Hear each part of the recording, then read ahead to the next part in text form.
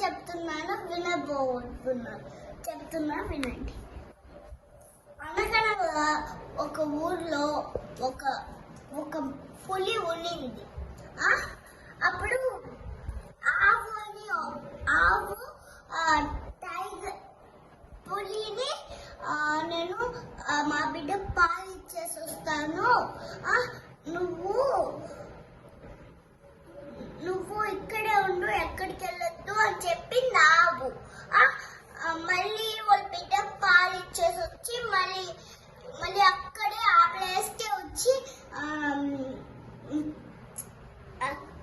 నువ్వు నన్ను ఇంకా తినేయచ్చు అనింది. నువ్వు దేవుడు, నేను తినను, నువ్వు గమ్మగా ఇంటికి వెళ్ళిపో అనింది. అప్పుడు ఆవు ఇంటికి వెళ్ళిపోయింది.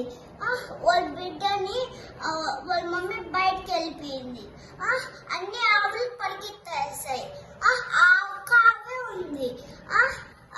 అప్పుడు ఈ చిరుత వచ్చి మళ్ళీ దాన్ని ముందుకు వస్తూ చిరుత లాగేసుకొని దాని ప్లేస్కి వెళ్ళిపోయింది. అప్పుడు ఏమైంది, వెళ్ళిపోయిన తర్వాత మళ్ళీ నేను బిడ్డకి మళ్ళీ ఆ కృష్ణుడు వచ్చాడు. ఆవులన్నీ ఒక గంటలో ఉంటుంది. మళ్ళీ వేరే ఆవు గురించి చెప్తుపోతున్నాను. 2 పేజెస్ చెప్పేది. ఇదిగా సేమ్ కథ.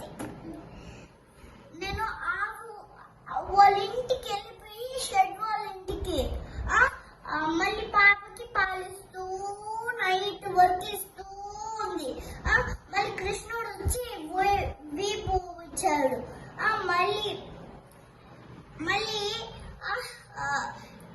మళ్ళీ చిరుత వచ్చింది అక్కడికే. పరిగెత్తుకుంటూ వచ్చి ఒక రాయి ఉంది, దానిపై నుంచి దూకింది చిరుత. అప్పుడు ఏం చేసింది, అయ్యో చిరుత వస్తున్నాడే, మనం పరిగెత్తాలి, పరిగెత్తిపోతే తను వచ్చి నన్ను తినేస్తాడు అని చెప్పి పరిగెత్తారు అందరూ ఆవులు. అప్పుడు ఏమైంది, ఎగిరేశాడు, పరిగెత్తు ఎగిరేశాడు. అప్పుడు ఏమైందంటే దానిపైకి దూకపోయినాడు. అంతలోపే అది పారిపోయింది. అన్ని ఆవులు పారిపోయినాయి, ఒక ఆవు ఉంది. ఇదే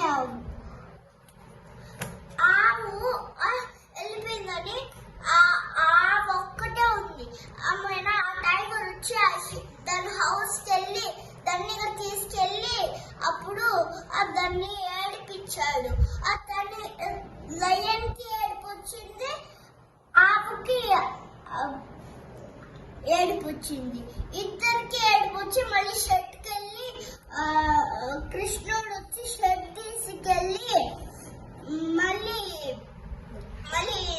వాళ్ళ షెడ్కి ఆకులు పెట్టేసి గ్రాసెస్ పెట్టేసి మళ్ళీ కృష్ణుడు ఊపుతా ఉన్నాడు. అది స్టోరీ.